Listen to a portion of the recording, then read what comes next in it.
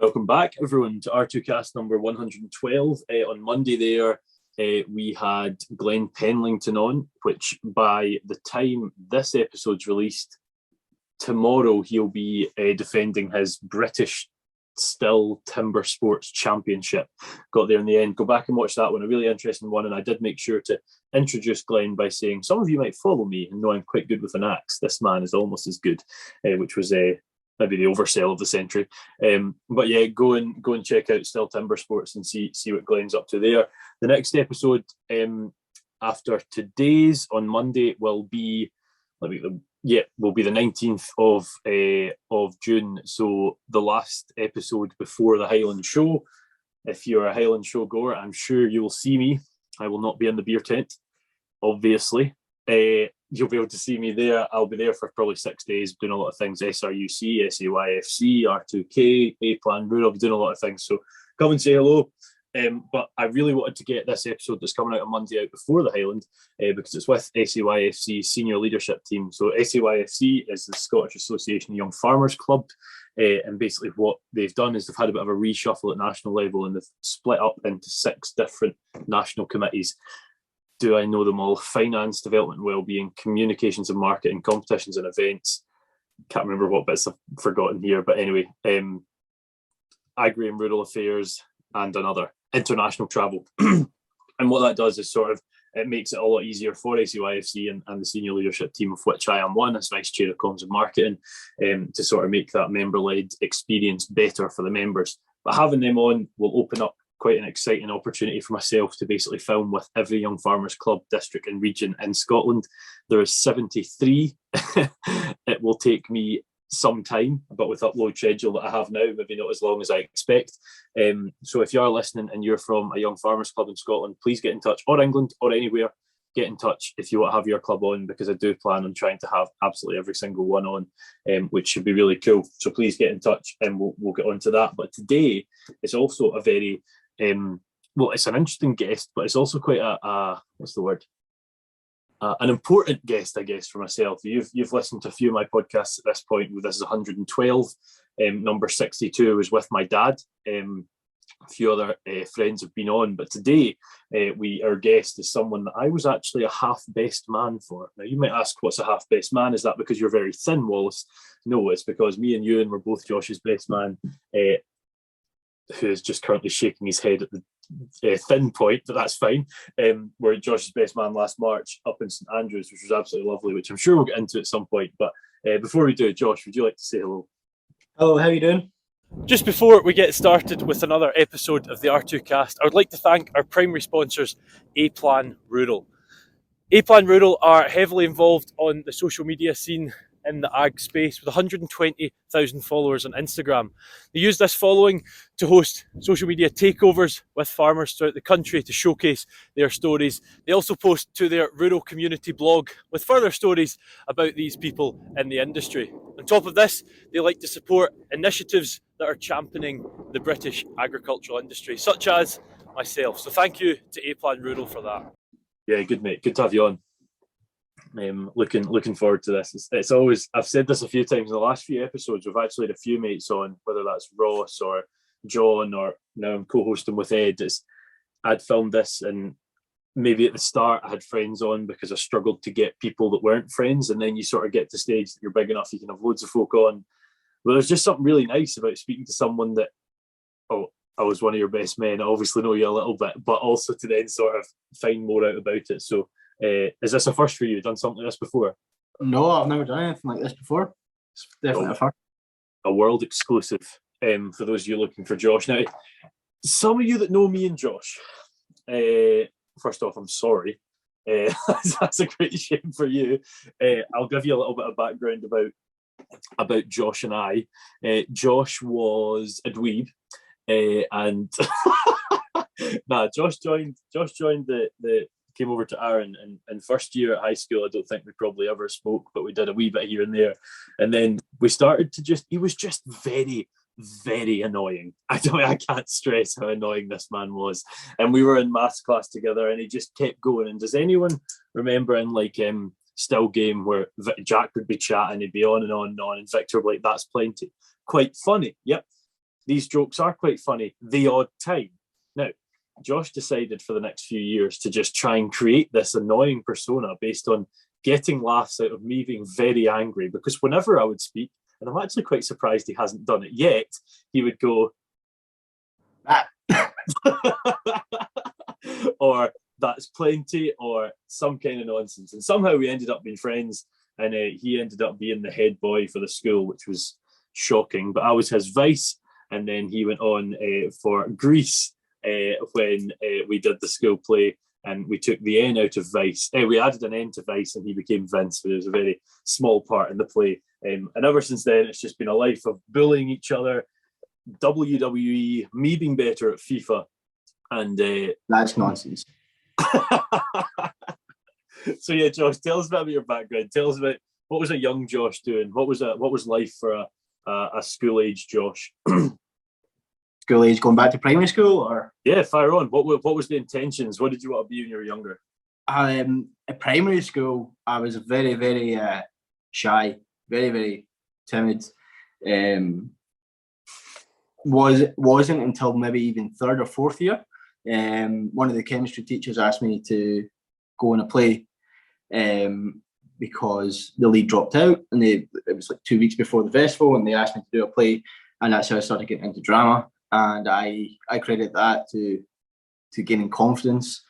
I'd always be, as much as Wallace would disagree, I would always be kind of sitting at the back of the class, minding myself, kind of like a teacher's pet kind of thing. Kind of no banter apart from like friend groups, and yeah, I was always very, very shy. Growing up, I always I liked school. I liked maths especially, and once I went to Aaron, I kind of got into sciences, and I had in my head I was going to go and do something with science, which is kind of true. We're going to kind of get back into that, but I wanted to go into forensics originally. I never ever wanted to become a chef. I wanted to do forensics, and then I went into psychology. So that's what I wanted to do. Set my mind to it. Had a place up in Aberdeen to study, and the headquarters for this sort of thing is in Aberdeen, forensic psychology. So I just kind of assumed, I would do my 5 years, get a master's, and I would go straight into a job there. It was going to be that simple, kind of naive at 17. So I never applied for student accommodation. I applied to go to a private let, and I went up there, and it was an eye opener, should we say. It was just not pleasant to look at, and the landlord was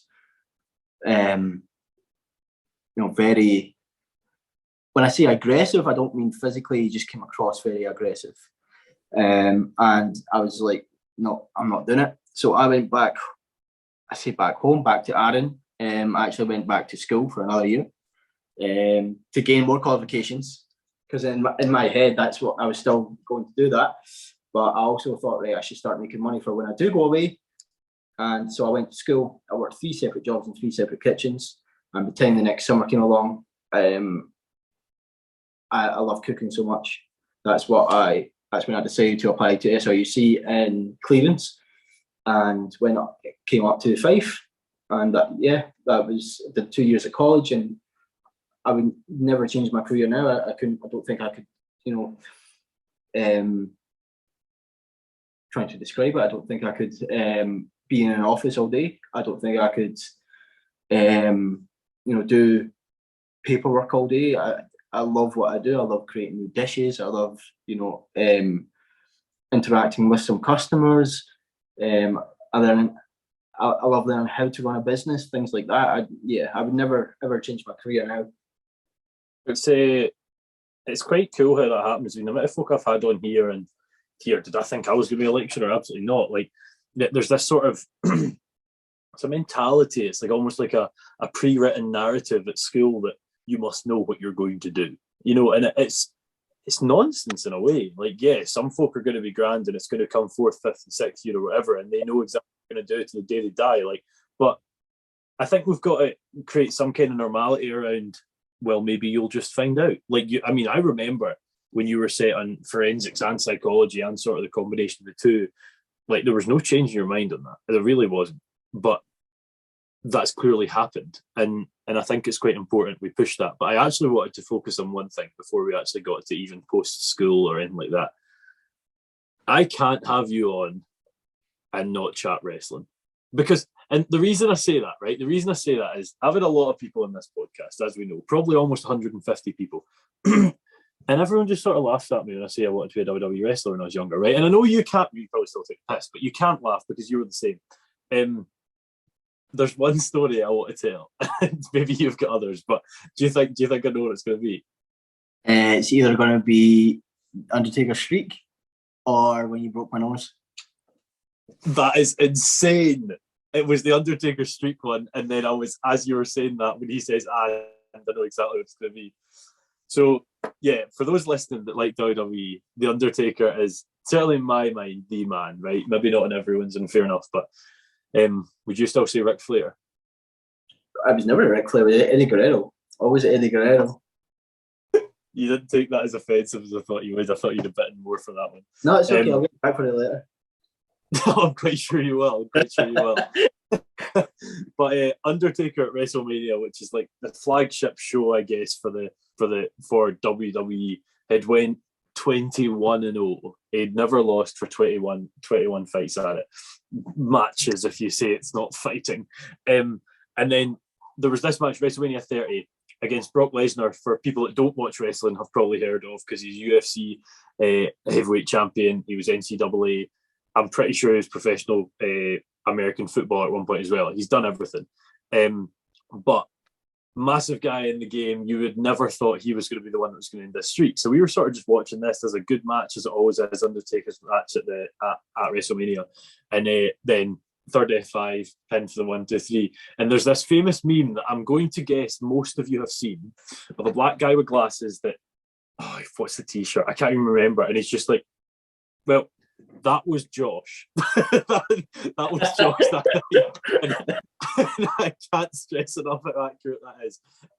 The only thing was he wasn't wearing glasses and his skin colour was different, and Josh was probably a wee bit chubbier. Like, that is the only thing. Like, it was the exact face that was given.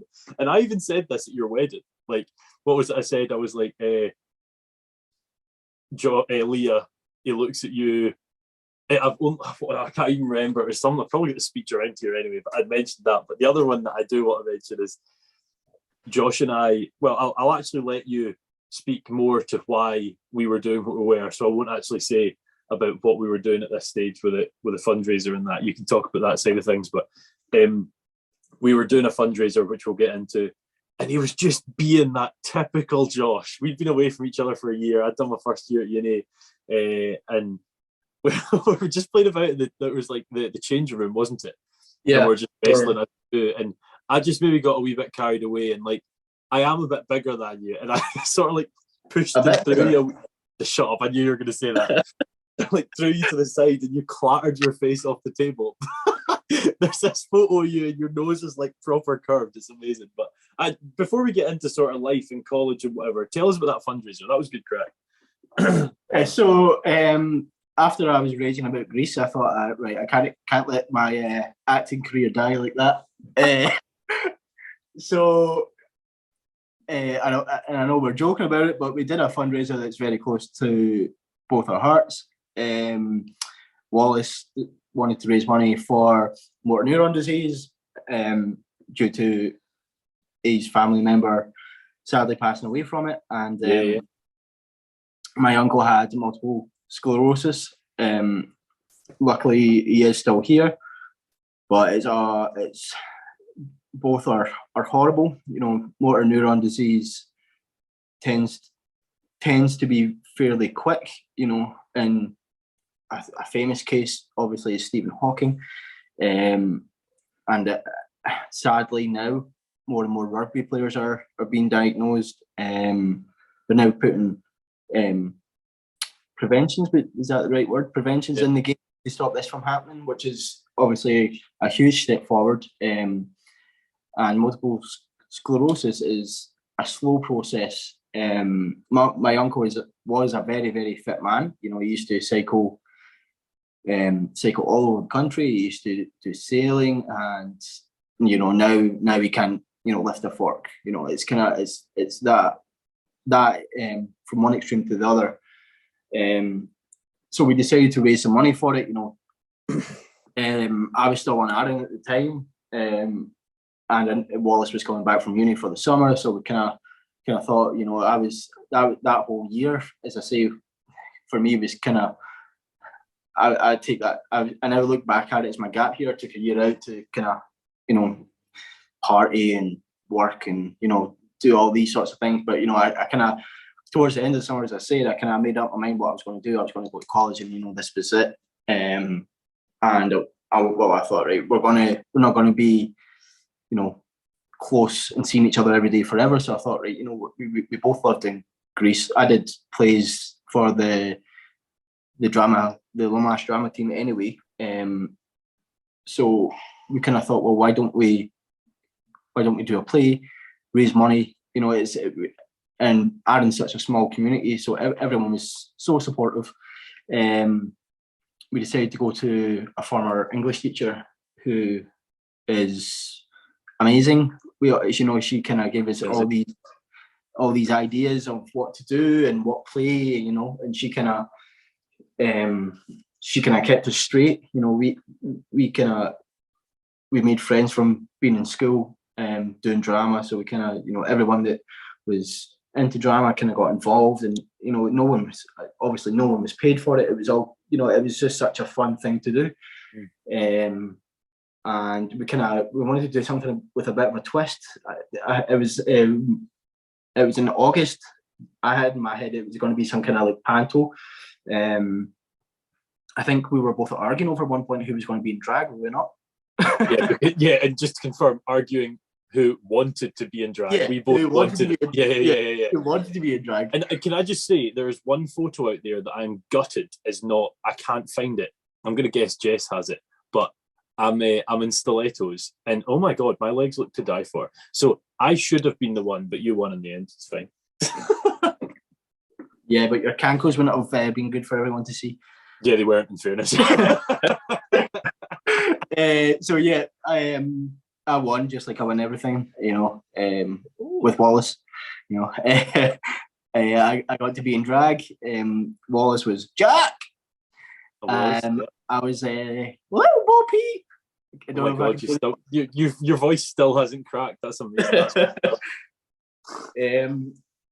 I can't talking in that high voice for a whole night. I think I got to the break, and I was trying to do the raffle in the voice, and it just it didn't work, did it? Well, we actually did 2 nights though, which, yeah, genuinely, when I look back, like, I don't know how much the high school holds, and I know we didn't sell out either night, but we we sold a fair chunk each night, like 3/4. And I genuinely was quite proud of that, in fairness, in itself, because it was something I didn't expect. When we first started doing it, I was like, here's an idea, you know, in my head it was going to fail, and I'm kind of glad that I got proved wrong. And it's down to the people of Arden being so supportive, not only of, you know, the causes that we were, you know, fundraising for, but supportive of local. Arden's got such a great local drama group, and I mean, there's some villages that are, you know, 30 people in it, and they've got their own drama group. It's you know, it. And I know drama isn't for everyone, but as I say, I credit doing drama to giving me a lot of confidence that I now still have, and I don't think I would ever have gained it if I didn't do it, you know. And it let me be a bit more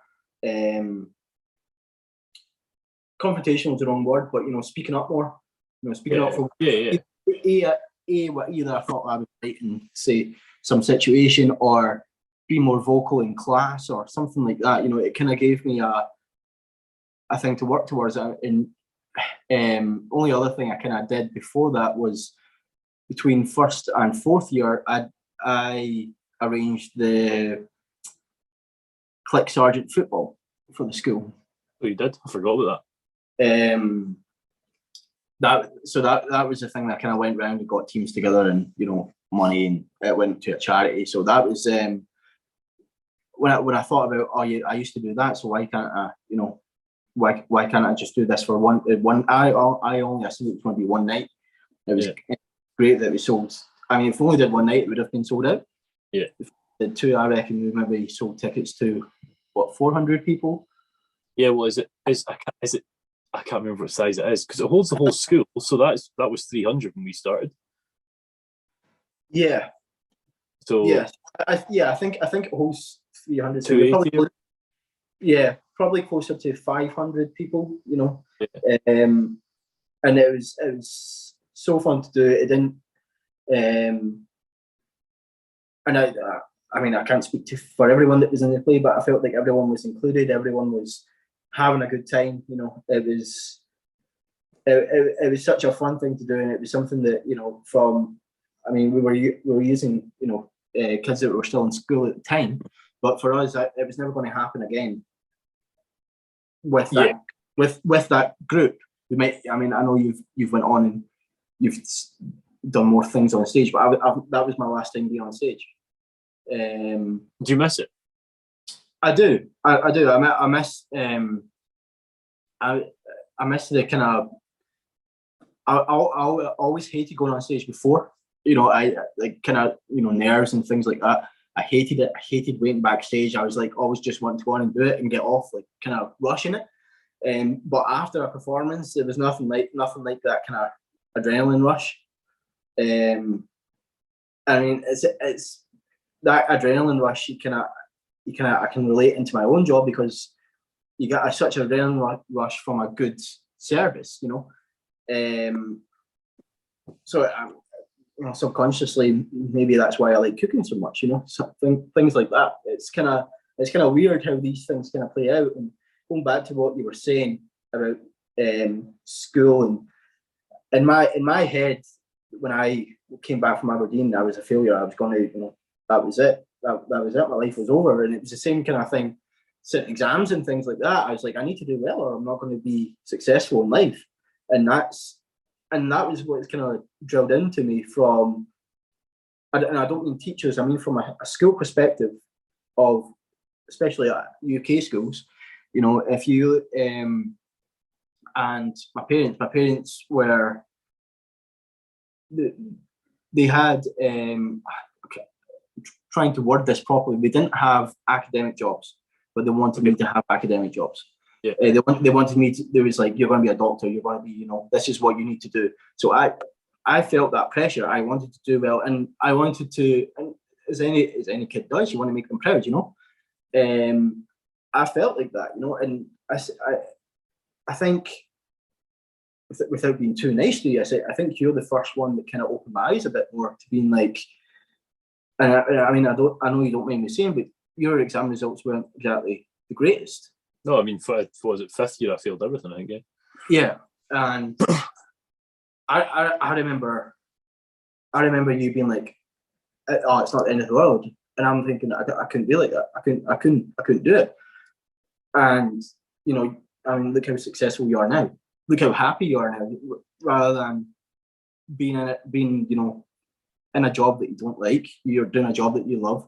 You've got the podcast. You're doing things that you love with a subject that's been in your whole life. It's not. It was certainly an eye opener. I think success is a weird word because I was speaking to someone just recently, and they said I'm a success, and I'm like I'm as in they said they were, and I was like, oh, I love that first off, but why? And they were like, oh, because I'm here. I was like, and by here they meant alive, doing well in life because of their upbringing. And I was like, I love that. And the reason I love that is we have this issue with success is you make Money. a lot of money. Success with money. Yeah, you have a nice house. And we have to start changing the metrics by which success are. And you used me as an example. I can hate when people use me as an example and that sort of thing. But the thing that is true is, and it's very true, is the happy part. But see what you said about, oh, it's not the end of the world. I probably had a slightly different mentality to that. My mentality was probably, well, I can't change that. That's done. Yeah. What? Now, Yeah.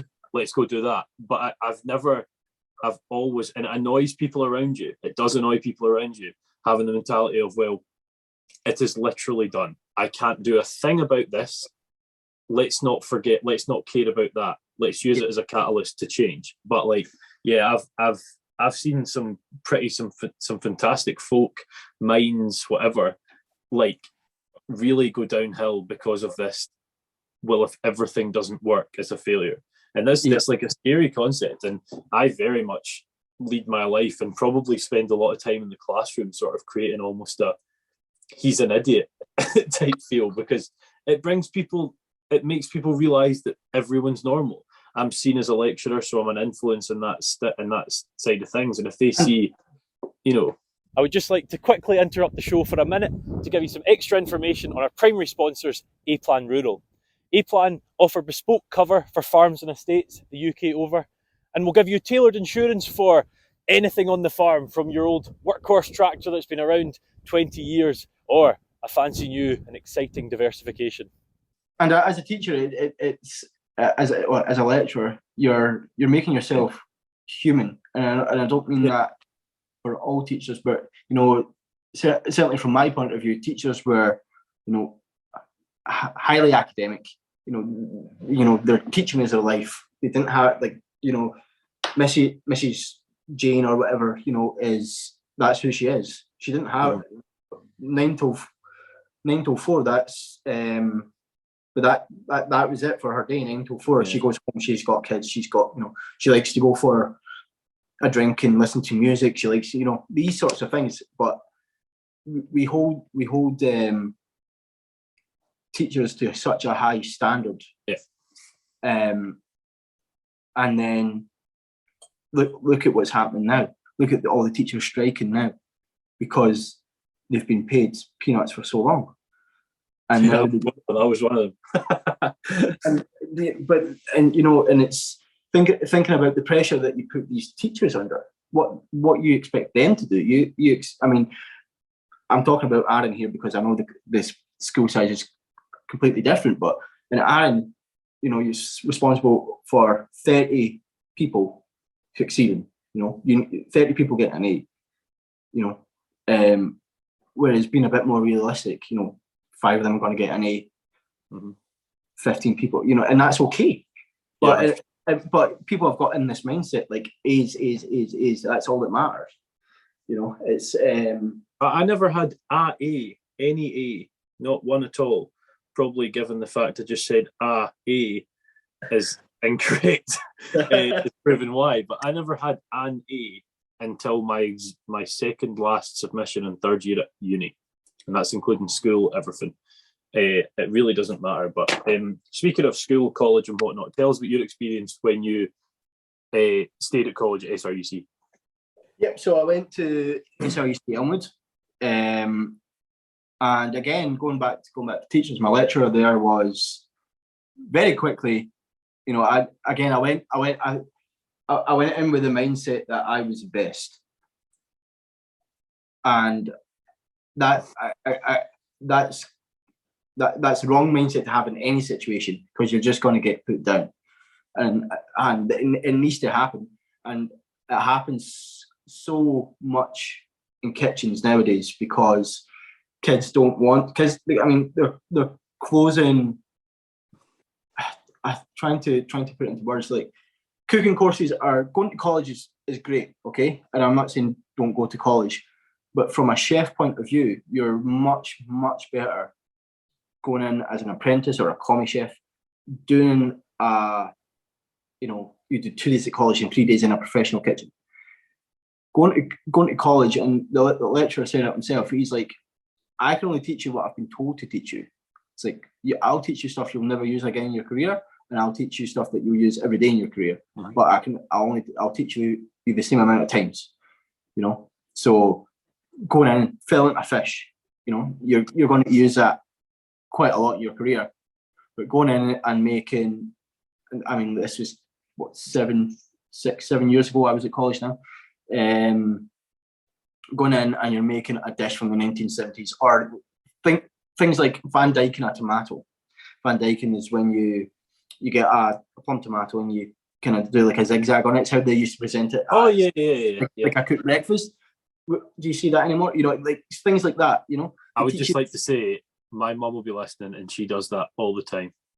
But you don't from a professional standard though, you don't see that anymore. For sure. Yeah. You know, do you hear that? I just want to say that Wallace's mum makes the best mac and cheese ever. I knew that's what you were going to say. I knew it. What is it? Broccoli, tomato, and ham? Is that what it is? Bacon. Yeah, bacon. The cherry tomatoes through it, man. That's what it was. Yeah, so saying that college was great. You know, I kind of led the college life. You know, partying all the time. It was I enjoyed it. You know, I was good at what I did in college. What college did let me do is see a bit more of the paperwork behind it, because you don't think about that when you're thinking, you think about flames and cooking. You don't think about actually, probing your food to make sure they're at the right temperature. You don't think about these things going in as a young chef or wanting to learn. You think about, I'm going to go in and cook the best of gear. I'm going to go in and cook fillet steak. That's not going to happen. If you go into a professional kitchen after college, they're not going to let you cook fillet steak. They're going to give you something like mushrooms, and I don't mean that, but you need to treat, me speaking now as a sous chef, you need to treat each ingredient the same. Treat a fillet steak the same way that you would treat mince. Take that care. Take that pride in what you're doing, rather than it's just a cheap cut. But turn that, me personally, and it sounds so cliche and so many people say it, I prefer using cheap cuts or what's regarded as cheap fish, because A, that's what I grew up on, and B, you can be a lot more with things like fillet steak. You don't need to do anything to it. It's already beautifully tender, and there's not actually a lot of cooking involved, really. It's already. But I assume that cooking process is so. I'm guessing there's less margin for error. With what? Well, with a fillet steak, for example, compared to mince. Yeah. Obviously, but if you think of a fillet steak, you would never put fillet steak through a mincer, but no, you could put chuck. You put chuck through the mincer, and what can you create from that? What fillet steak you can do? All you need to do is steak, whatever you would say, steak chips, whatever. But with that, you could do meatballs. You could do so many things. It opens up creativity. So what was a day? What was a day at college like? Did you go in and you were just? Was there a lot of classroom work? Was there a lot of? Was it mainly? I went straight into a HNC, which is technically, when I went in, which was technically third year, if that makes sense, because you could. It's aimed at kids leaving school at 16. This particular course, and going in and learning some, I would say, life skills rather than professional skills, because everyone needs to know how to cook. Everyone should know how to cook. And I don't mean they need to be cooking Michelin star meals. They should know how to cook. They should know how to make a roux sauce, for example, which is they should know how to make a bechamel. They should know how to make bolognese. See these things. I don't have a clue what the first two things are. I'm guessing I know how to make them. They're just a name. What are those? So a roux is a base from a sauce. It's butter and flour. Basically, that's what a roux is. Bechamel is butter, flour, milk. Right. Bechamel is a cheese sauce. But is what you add cheese to it. Bechamel is what you get on lasagna. Things like that. Yeah, for sure. Yeah. Things, everybody should know these things, because it is a life skill. It is. Everybody should know how to cook, because I didn't. I thought I did. Working in these 3 separate restaurants in Arran. I think the first and only Christmas day I ever worked was on Arran, and I went to go and cook salmon, and the head chef put too much oil in the pan, and I think we went out for your birthday the day after, You know, remember my hand was up like a big balloon. Yeah. basically deep fried my hand. My two middle fingers were all swollen. It was still the worst fun I've ever had, and that's because the head chef didn't know what he was doing. That was the night that, sorry to change the subject, but that was the night between you and Reese Curry. You got me a pint of shots, and you went to have it, and then last minute we realised there was Disaronno in it. Yeah, which funnily enough I could actually have probably had. Yeah, that's true. We didn't know at the time though. We thought it would have killed you. Yeah. So that probably leads to another question though, Josh. So not the Disaronno one. You're saying it's like life skills. People should know how to do this. People should know how to do this. I would argue the things you're saying, I've known how to do them for a while, but I had a mum that taught me a lot of this sort of thing. I didn't know the names, but that doesn't matter. But I think we have a nutritional issue in this country. And I think there's a lot of people are obese. Hands up, by the way. There's a lot of people who don't know what their food is. They don't know what carbs are. They don't know what calories are, all that sort of thing. I wouldn't put my hand up for that, but maybe 5 years ago I would. But the question I'm really leading up to here is sort of home economics and that sort of thing not quite cutting at a curricular level? Is there more that should be done in school? Because home economics is a thing that you choose. It's not strictly a you'll do this. See, I get asked this a lot, about home economics, and I never took it. No, me neither. I never took it. But again, going back to Aaron, and I say this to everyone that I meet, I say all the teachers at Aaron are fantastic, but the home economics teacher that we had at Aaron is so passionate. She's amazing. She's so passionate. I mean, I was lucky enough that she asked me to go back after my first year at college and do a demonstration. Here, shout out Lucy. Let's name drop. Shout out Lucy. Yeah. It's things that don't happen, and I still follow the Aaron High School page to see, and they're getting chefs in from the local area doing things. They're getting people more. They're doing more now than compared to when we were in school. And I don't mean that as in that's not a critique. That's just like it's nice to see as a chef. It's hard to answer this as a chef because yes, I think everyone should know how to cook. I think cooking should be mandatory up until at least fourth year. Mm-hmm. I just think what they're teaching them is not particularly correct because I believe one time in maybe S1 or 2 we did a potato hedgehog. We put some cocktail sticks and potato and put cheese and pineapple on it. That's teach people things like I'm not saying everyone should make their own bread. That's I'm not. I don't do that at home. I don't. I'm not saying that. But you should know how to do it.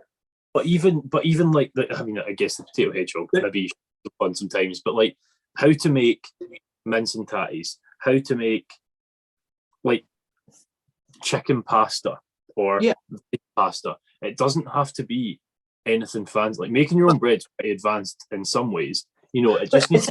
I wouldn't say it's particularly advanced. I'm not saying it needs to be, an amazing sourdough bread. I mean, like bread's a good example because it's so versatile.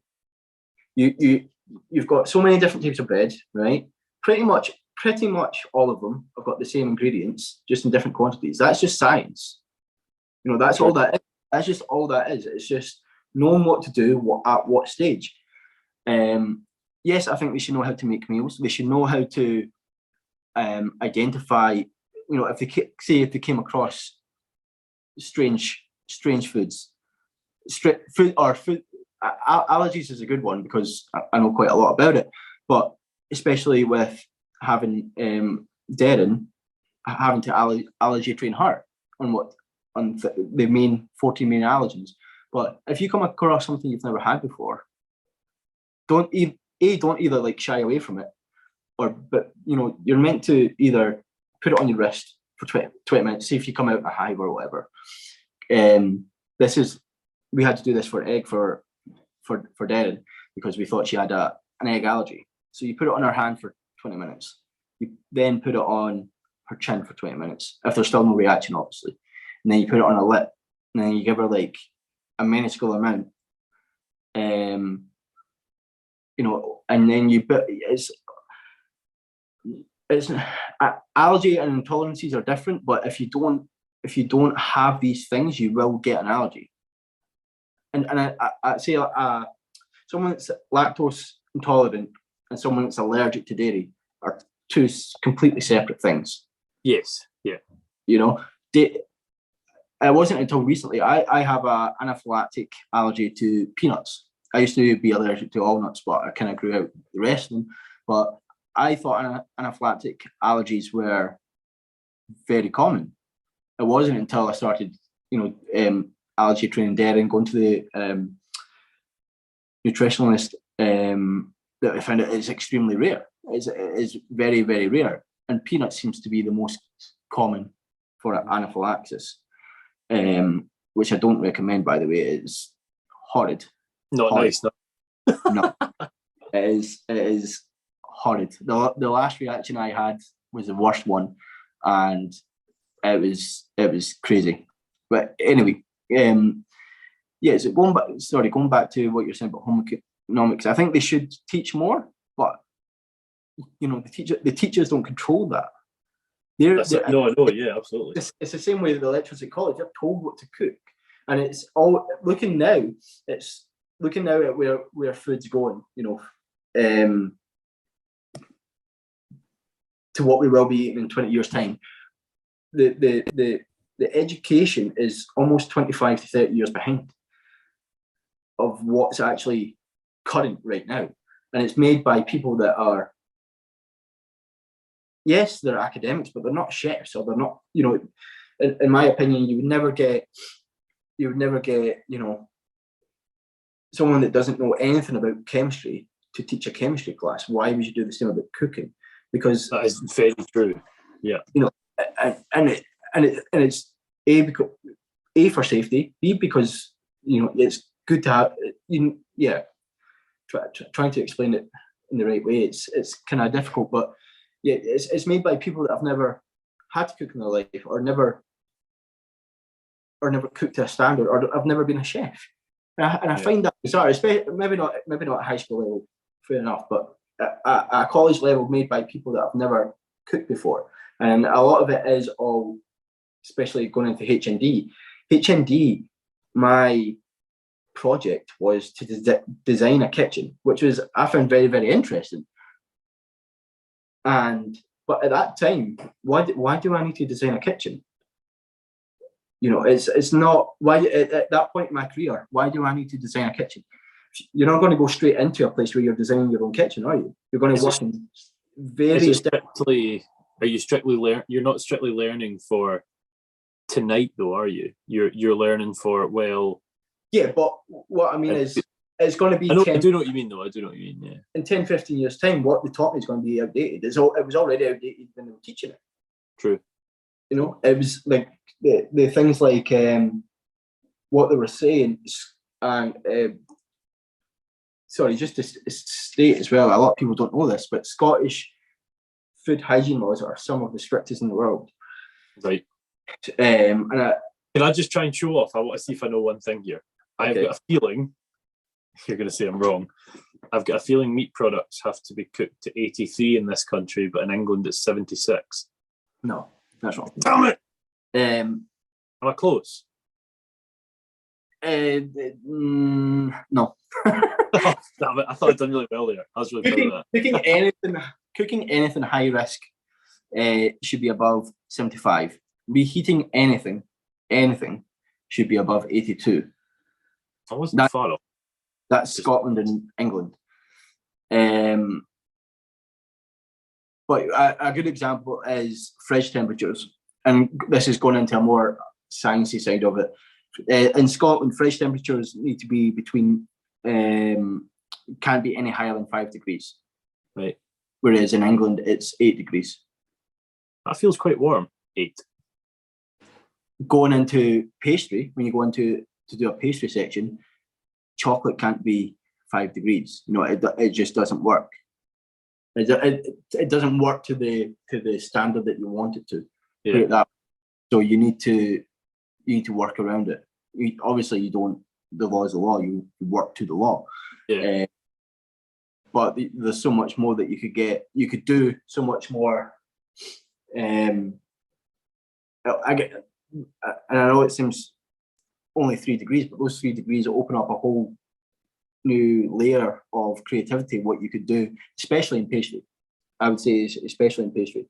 I would always keep meat products, fish, all these sorts of things below 5 degrees. No questions asked. But yeah, as I say, Scottish hygiene laws are some of the strictest in the.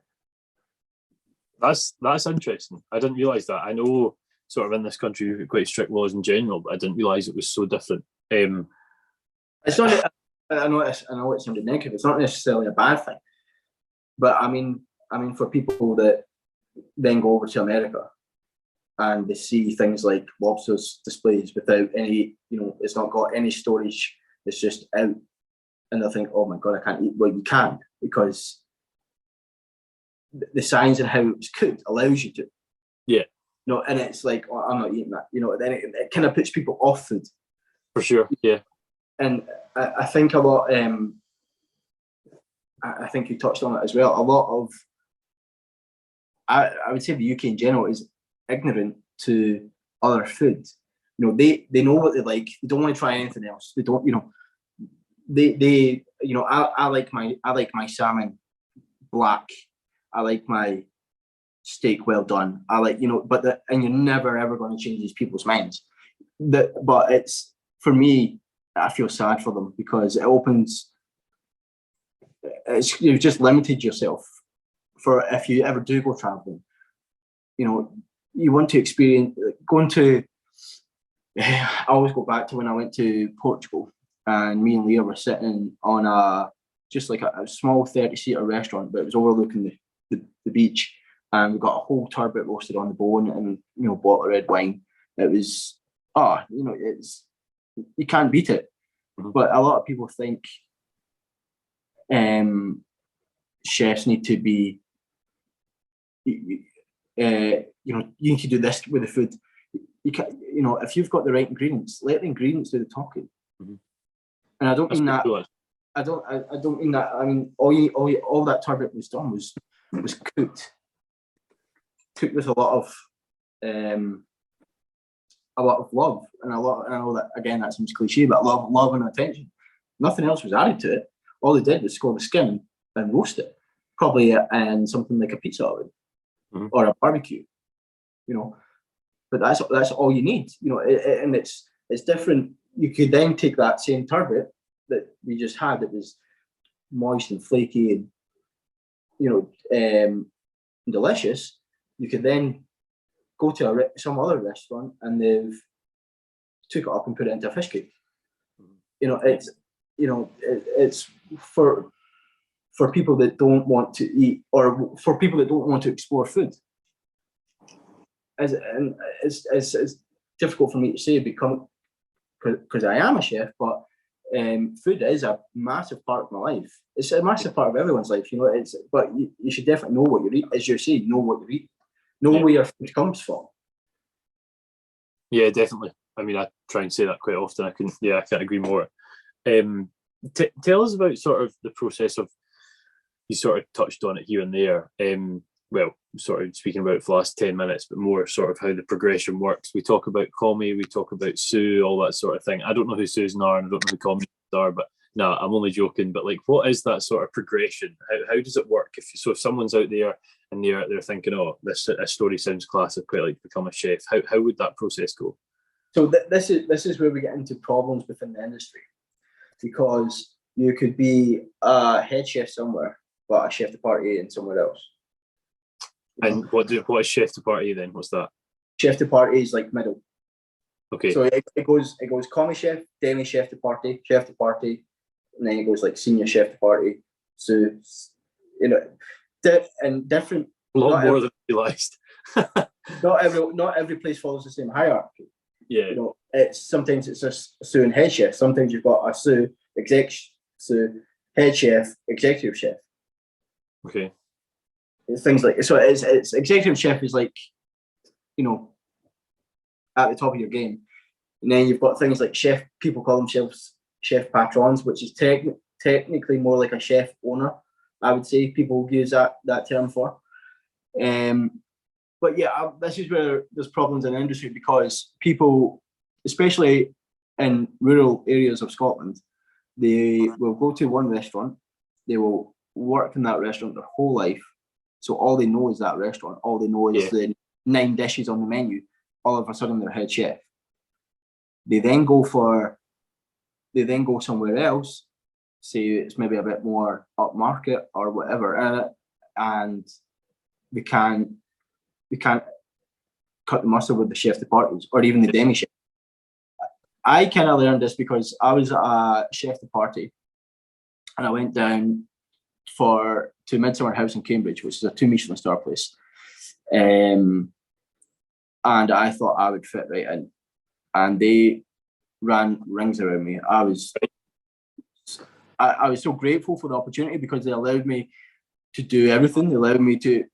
I was privileged to work the fish section one night, but the guys that were, you know, job title below me technically were far better cooks than I was. You know, they were, so it's.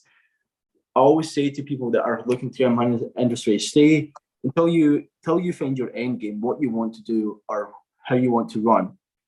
You know, some people go to a chef de party and they'll just move from place to place to place, and that's fine because businesses need it. Businesses need strong cooks. Chef de party, you're kind of like, you can do a bit of everything, but you don't do anything of the management side. Okay.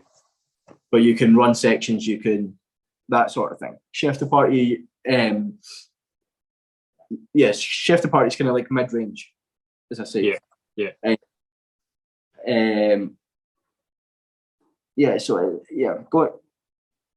People don't ever move around. I always say to people that they should stay in a place 2 years, especially if they're a young chef. Right. 2 years, so they can learn everything that they possibly can from the head chef, and then move on, and then from another, and you'll learn. And I remember people telling me this, and I'm like, yeah, whatever, you know, I'll be head chef in 10 years, you know what I mean, kind of thing. But I remember listening and being like, well, I don't want to be like him, I don't want to do that. But you think, right, I'll take his way of chopping peppers to his way of cooking fish, and that's mine. You know, you learn from these chefs. You know, you don't want to become a complete carbon copy of your head of who you were taught. You want to become your own chef, because then you just cook the same food. You don't have your own style or own. And when you have your own style, that's when you stand out. Seeing someone do something the way you don't like is also learning. Yeah. And you know, seeing it. You're right. If I see someone doing something now, and I'm like, why are you doing it like that? And I'm thinking, wait a minute, it's actually better. Mm-hmm. And I've been doing it my way my whole career, and I'm like, well, I'm now going to do it that way because A, it saves me time, B, it's better, and C, you get the same quality at the end. So as long as you're still speaking from a more professional point of view, if you're still getting that same quality at the end, and it saves you time, why wouldn't you do it? What are you at the minute? I'm a sous chef. So tell us about the kitchen you're in at the minute. So the kitchen that we're in at the minute is very small. We've only been open a year. So I was headhunted, I guess, by the head chef, who is also a director of the company. Yeah. And he asked me if I wanted to come and be his number 2. So basically, I run the restaurant when he's not there. Okay, yeah. And what's the what type of restaurant is it, I guess? It's relaxed. So we've got a bar. So we didn't want to do the classic, you know, fish and chips, burgers. stuff that you see everywhere and done to death. Because, to be honest, burgers and your fish and chips is where places make money, because they buy them in for £1 and they sell them for 20 quid, you know? Yeah. But we wanted to, it sounds cocky and I don't mean it to come across this way, but we wanted to educate people of what good bar food should be. Okay, yeah. Things like basic meals marinara, mussels done in a creamy white wine sauce. Oh, it's one of the best. You know, and people are like, oh my God, it's amazing. And it's so simple. It's a 5-minute job. Yeah. But, you know, the skill comes in preparing the mussels and taking off their beards and making sure all the sand's out, and, you know, knowing when to A, not eat one, and B, not use one. You know, if they're closed, you don't use. If they're closed before cooking, you don't use them. And sorry, if they're open before cooking, you don't use them. If they're closed after cooking, you don't use them. Okay, yep, makes sense. Yep. So, because basically, if they're open, they could be dead. Yeah, and it's basically one of these things, like, they might not be, but it's a risk you don't take because you risk food poisoning. I mean, I take a little bit of a personal attack with the removal of the beards, but is that so? You've been there for a year, is that right? Is that what you said? Yeah, I've been there for a year. Yeah. And you said about 2 years. Would you only see yourself being there for another year, or are you at a position now in sous chef position that you can maybe see yourself being there for longer? Yeah. So I've worked a lot, you know, since I left college. I've worked a lot, and I don't mean this to be to disencourage anyone, but anyone that's going in as a low-level chef, what a lot of places do, and places are starting to change, and this is what we're trying to do at the Shoregate, is not take advantage of people. So a common chef going into a big hotel, they'll slap a 20 grand salary on them and work them 100 hours a week. Mm-hmm. You know? Is that an exaggeration, or is that what? Is that an exaggeration? No, that's legit.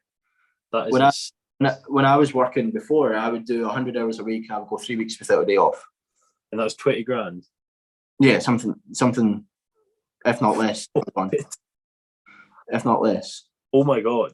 No, that's £3.80 an hour. Yeah, and wow. You would be in from 8 o'clock in the morning, and you would be up scrubbing the canopy and filters at 1 o'clock, and that was because you're young and keen. They want to, you know, use every bit of energy that you've got, and I don't mean that in a bad way. I mean, like, it's clever how they do it, but they don't want to. Businesses don't want to then employ more people to do the cleaning, if that makes sense. So you've just done a 12-hour shift, doing all the cooking and all that, but now you need to go up and scrub. Right. Yeah.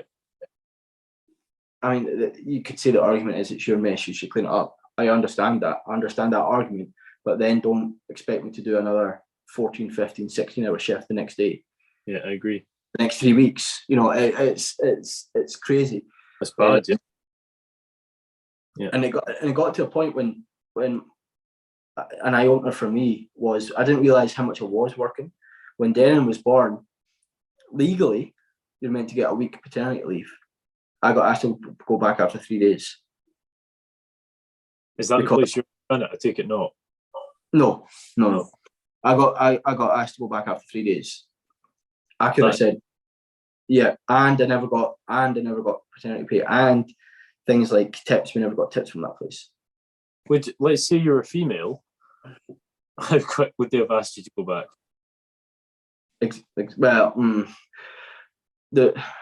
There's more laws protecting mothers. Yeah, for sure. Understandably. Yeah, understandably, I get, but still, like. But it was because I was the one in that place. I was the one that they were taking advantage of, and I didn't realize it. You know, I was made all these promises and all this sort of thing, and it never happened. Now, it didn't happen until I said I was leaving, and I was like, it's too little, too late. And the main reason that I left was because I wasn't seeing my wee one. And which is more valuable than just about any salary. Yeah. Yeah.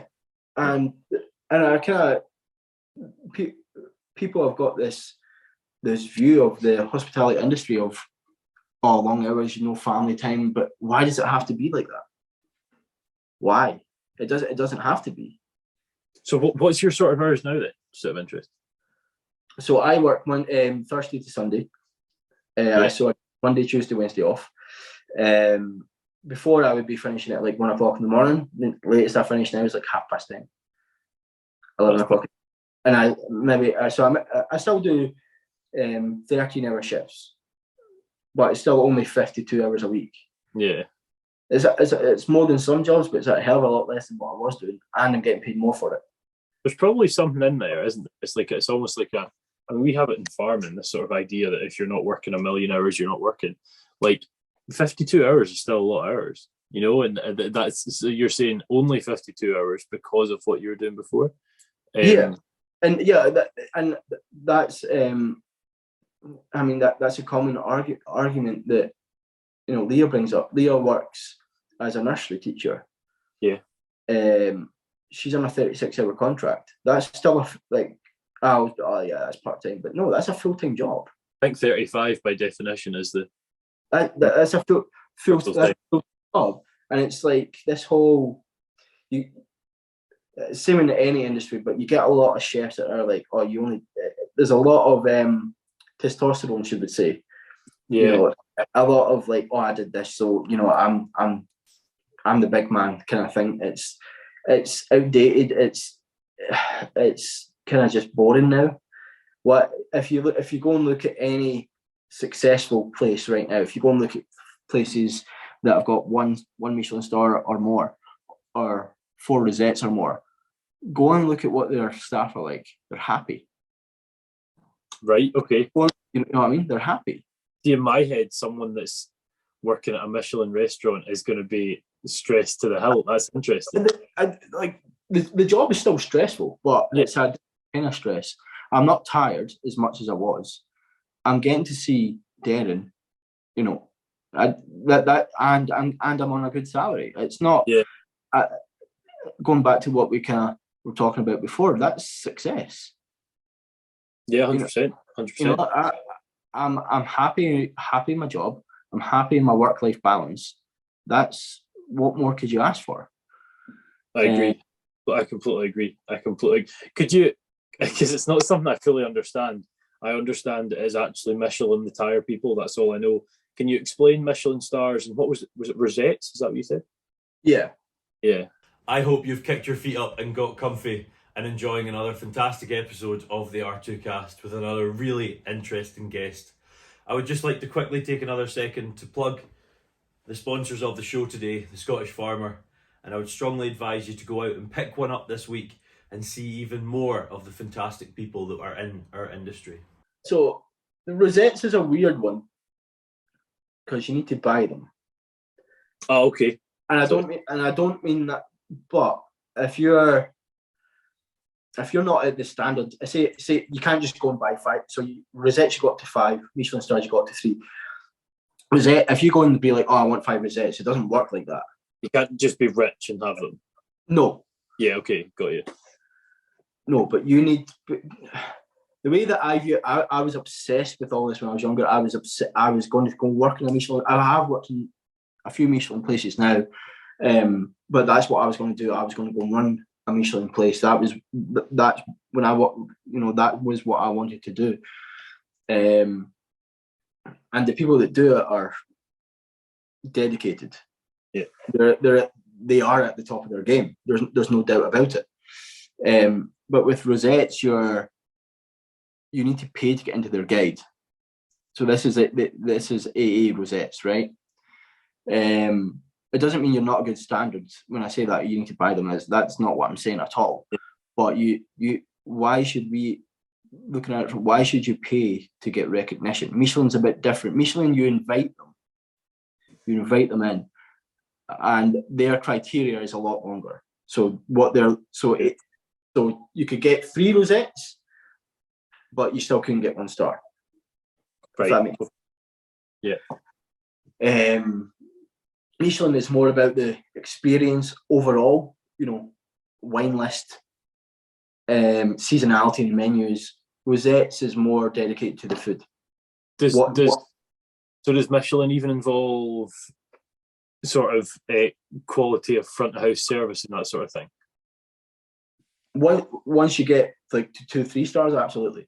Right, okay. Yeah. Absolutely, yeah. So, but it's so. The thing is, it's an opinion. Aye. I go to I've eaten in one Michelin star restaurant that I would say is easily 2 Michelin stars. I've eaten a 2-star restaurant that I would say was only 1. Right. But that's my opinion. What that it's not a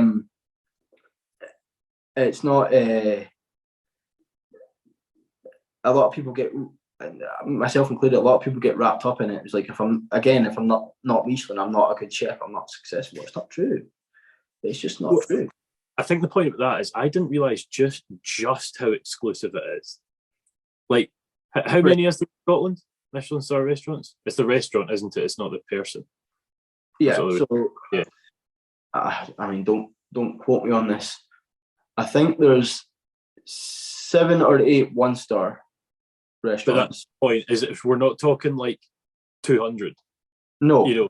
Yeah, that's what I mean. I don't need to. There's no 3-star in Scotland. There's only 1 2-star. How many 3 stars is there in the UK? Again, I think about 6 or 7. Does Ramsay have any stars? Oh yeah, he's got loads. He's got a 3-star, and I want to say at least 3 1-stars in the UK. Yeah, it was quite recently that I realised that he was like good. I thought he was just famous because he was angry. Genuinely, I didn't realise that. Yeah, he's someone that learned his craft, and he's just a lot of it's all for.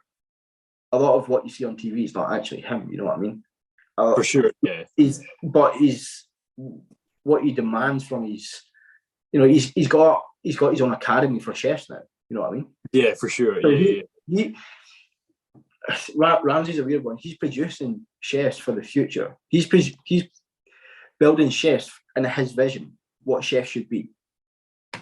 Yes. So basically, 10, 15 years' time, these people in the academy will go and run his restaurants. That's not bad. So does that work the same as a football academy? Like, he'll take on these chefs at his places? That's the aim anyway? That's the aim? I don't know. I don't want to say anything and then it's completely wrong, you know what I mean? Ramsay's a prodigy of Marco Pierre White. So Marco Pierre White is considered the grandfather of gastronomy. So Marco Pierre White is famous for handing back his 3 Michelin stars because he's like, why did their opinion matter to me? I don't need this stress. Oh, really? I just want to cook. Okay. And for mental health, that's a great attitude to have. Yeah. And because you're like, I just want to cook, I'll cook what I want. The thing is, if you go to a lot of 1-stars, they're all very, obviously they've all got their own style, but they're all very exact. There's no. If you say you got 2 plates of the same food and one thing's different on the other, you're not getting a star. You get me? As a consumer, I don't actually like that. But no, that's maybe I'm maybe the wrong target audience, and that's fair. But I think what you were going to say is once you get to 2 and 3, there becomes more sort of, I don't know what the word is. The definition is it's not word for word, so don't. Yeah, for sure. Get me wrong. 1-star is go if you're in the area, because it kind of dates back to like traveling. I can see where this is going. Yeah, because it was Michelin themselves that for driving around France they wrote it, didn't they? Yeah. So 1 star is like, go if you're in the area. 2 stars is worth a small detour. 3 is you must go. Yeah. So 3 stars are very rare. And I'm really interested how many there is. I think there's 7 or 8. There's one in my head. I'm thinking it's I think they closed this year, so obviously they lost it. The 3, so I can't. There's only 137 on the planet. Yeah, there's not a lot. And I think that's important to say, because I think, and for those of you watching, you'll be watching me. Josh's camera will jump to me. He's sitting there having a red wine. He's such a chef, man. He's only 26 and he's drinking red wine.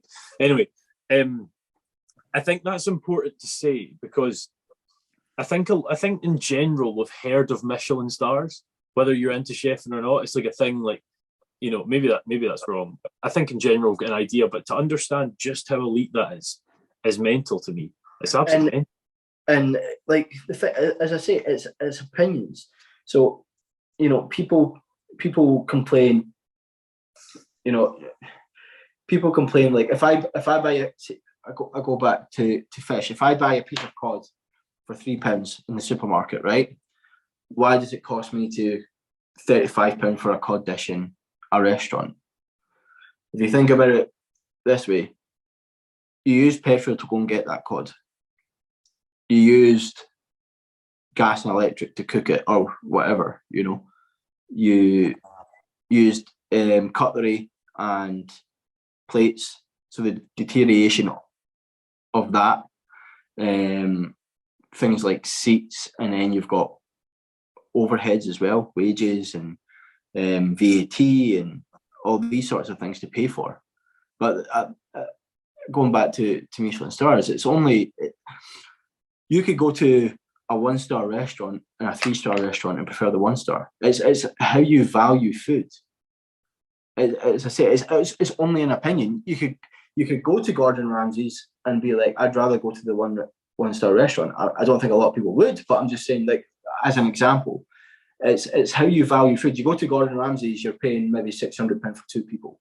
You go to a 1-star, you're maybe paying 200 for food.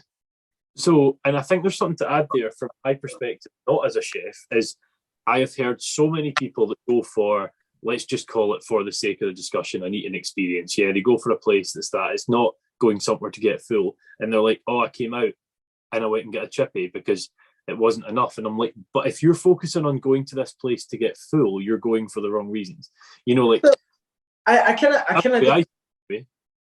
disagree with that in a sense, because again, in this country, we overeat. You know, myself included. You know, I get pulled up for it. I am a feeder. I'll give big portions. Yeah. But if say you're going to a lot of Michelin star places do, not all, but a lot do tasting menus. So, you know, if you've got 30 people booked, you know you're going to sell 30. So it's a good way of, from a business point of view, of controlling your food cost and controlling quality, and you know exactly what you're going to sell. Mm-hmm. There's no two ways about it. You know exactly. So you say your beef, you're doing 200 grams of beef. You know you get in, say 7.5 kilo, because you got considering 5% wastage. You know, something like that.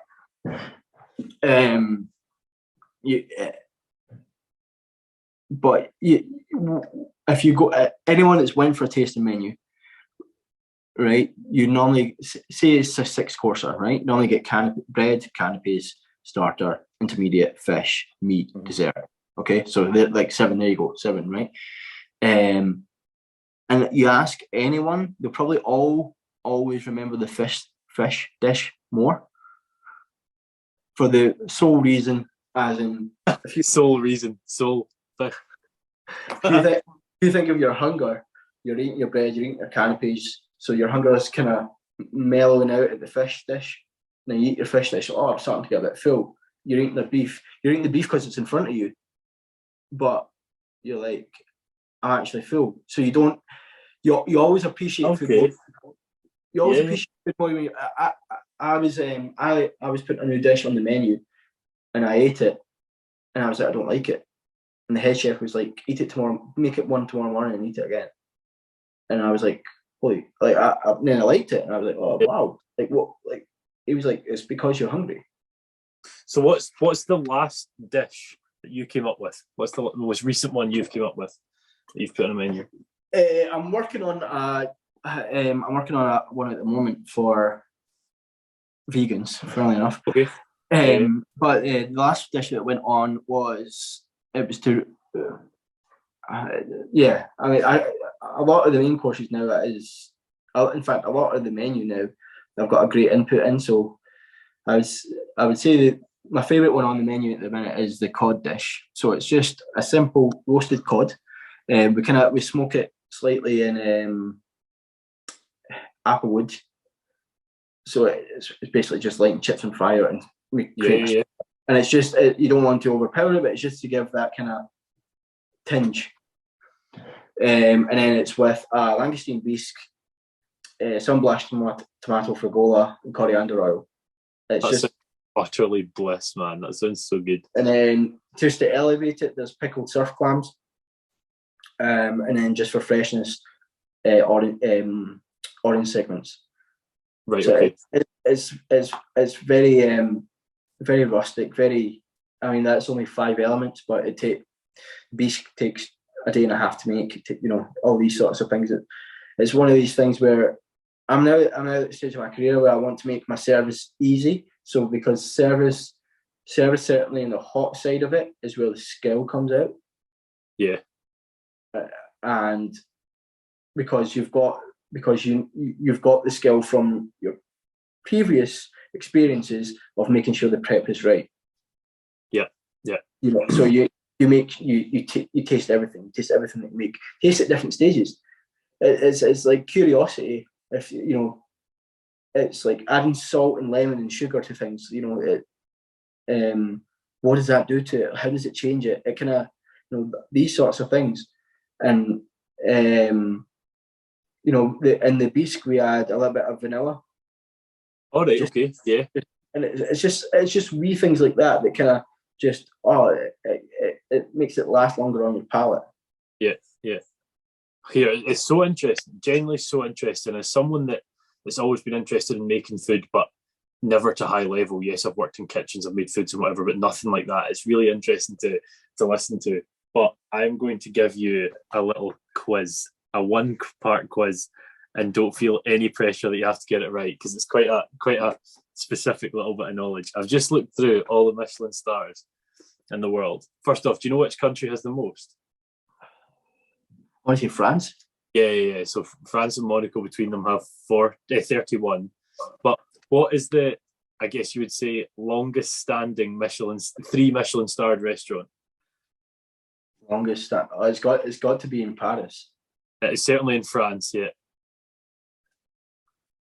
No, I'm not going to get it. I mean, I know I'm saying this wrong, but it's called. Let's see if I can get this right. Is it Robuchon? No, that is there though. Nope, said that wrong. Le Bois Sans Fuelis, the Troisgros brothers, 1968. Fun fact. I was just looking that up there, but no, here, Josh. Believe it or not, we spoke for an hour and 20 minutes already. Yeah, it sort of flies by, but I could sit here and listen to all the sort of, quite interesting information about Michelin stars, chef, and everything. I mean, this is a podcast titled R2Kast, People in Food and Farming, and I'm probably been pretty guilty of very much being heavy on the farming side. So, fun fact for those of you listening, obviously big fans of R2K at this stage. Josh was actually offered to be part of this brand right at the start. I don't know if he remembers this. He probably doesn't remember this, but when I was about to start it, which most of you think R2K started in April 2020, that's when it became a thing. But in July 2017, I was doing harvests down in Essex, And at that point, I was like, Josh is a chef, I'm doing farming, let's see if we can make a thing. And that's when Instagram was actually created. So Josh was offered to be part of it, but he was too cool for these things. So I hope you've enjoyed a bit of a chat about the food side. But Josh, I don't know if you listen to the podcast or know anything about it, but there is 2 questions to finish off every single podcast. And they are, 1, where do you see yourself in 5 years? And 2, if you had any tips for folk getting into, is chefing the word? I feel like that can't be right. Let's go with it. What would they be? Where do I see myself in 5 years? Hopefully running a restaurant. Right. I'm getting that experience now, so it's certainly it's not unachievable. 5 years time, Darren will be coming up for 7. She'll be at school. I want to hear a lot of day off, so crazy, isn't it? I can dedicate. When I'm not with her, without being cheesy about it, I just want to be good at my job and a good dad and a good husband. That's so nice. I'm not used to you being nice, and you've been nice twice tonight. As for anyone getting into the industry, I would say come in with an open mind. Be prepared to work. I don't mean be taken advantage of it, but I mean work when you are working, and probably don't read too much into TV chefs. And when I say TV chefs, I mean a lot of them, TV chefs, Instagrams and things like that, because they've either put in their 20, 30, 40 plus years of work into the industry, and they're at the top of their game where they could do whatever they want.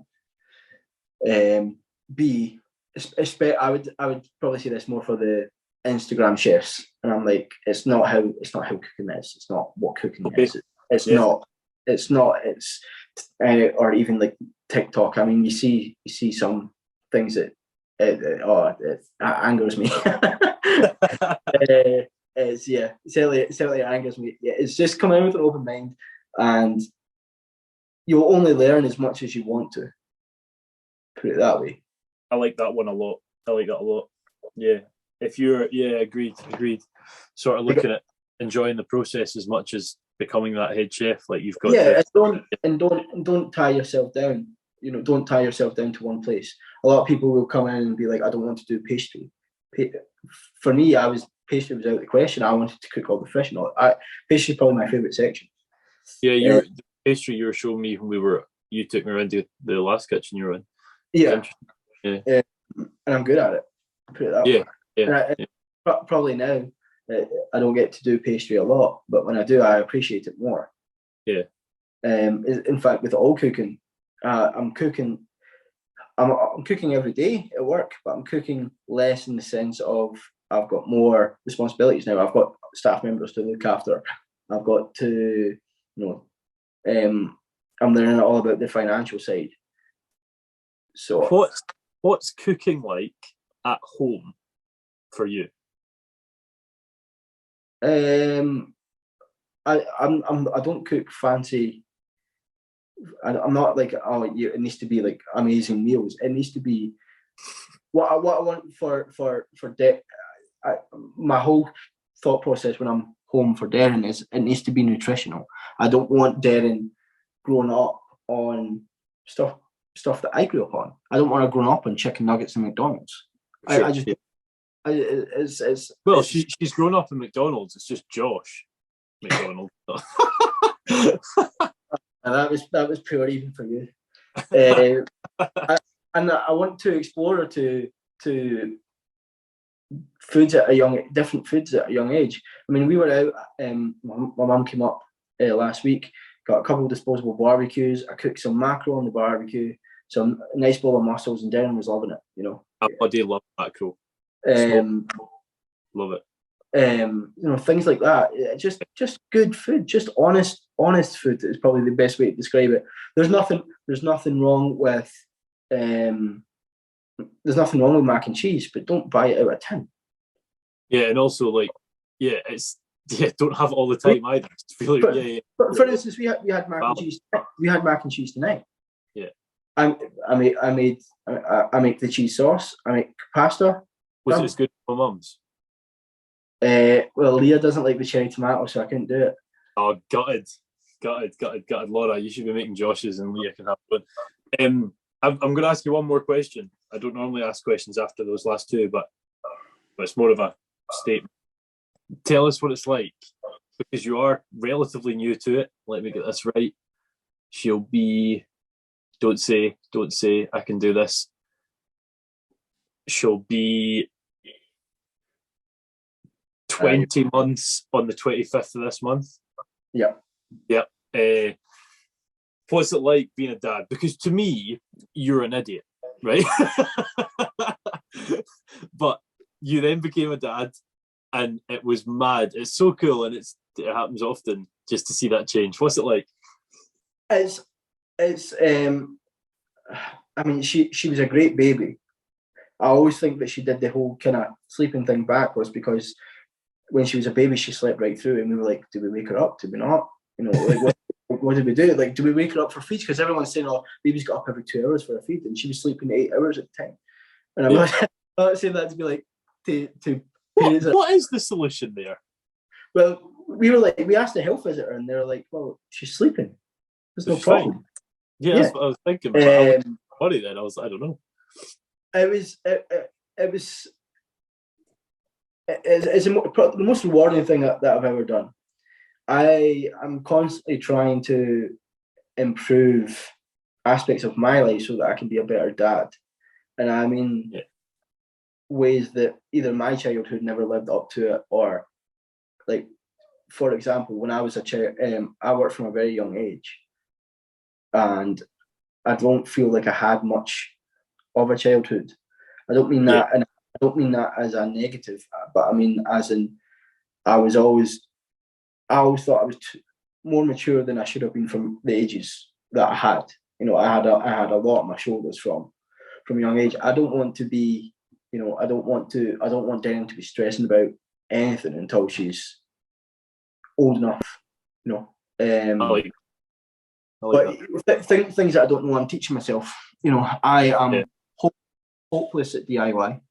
I'm hopeless, and Leah's dad has taught me a lot. So anything I've learned is pretty much from him. And I want to be the person that, you know, Leah's 27 years old and still going to her dad for help. I want that to be Darren. Yeah. You know? Yeah. Saying that, Leah won't let me touch anything around the house until her dad comes. So you've got a wee bit of a limitation. Unless you buy another house and start having a go in it. I just want to. I just want to. Yeah, it's same with me now. I mean, I went through a period of time where I was too busy trying to impress everyone, too busy trying to be liked by everyone. And looking back, I was majorly unhappy. I'm starting to get to a point in my life where I am happy, and I just want that to be Darren's thought process growing up. It's like I don't need to be, you know, I don't, going back to academics, like I don't need to get straight A's. I'm not saying don't stick in at school. I'm not saying that at all. But I just want her to be happy in whatever she chooses to do. Like professions that I thought about when I was younger was kind of looked down on. You know, things like hairdressers, things like, you know, things like butchers. Butchers are, you know, that's heavily sought after. That's a dying trade. Yeah. And it's a shame. Yeah. It's a shame. I just want to be a good dad, and you know, our laugh is something else, and no one can make her quite laugh like I do. So I take a little bit of pride in that. That's lovely though. That's so cute, isn't it? That's amazing. I had so much fun when I met her. It wasn't the first time I met her, but for you and Leah's wedding. You would love her now, man. You would love her now. Yeah, I've got to come up. I've now summer's here. It'll be a bit of time, but winding down, I will be up. But here, I appreciate you coming on. I hope you've enjoyed it yourself. Oh, I have. Yeah, it was good. Good, man. Good. And if for those of you listening, I hope you've enjoyed sort of seeing the other side. You know, we always talk about farming and we haven't really brought that food side on much. We've had butchery, we've had a few in the past with chefs and whatnot, but never sort of someone dedicated to that side.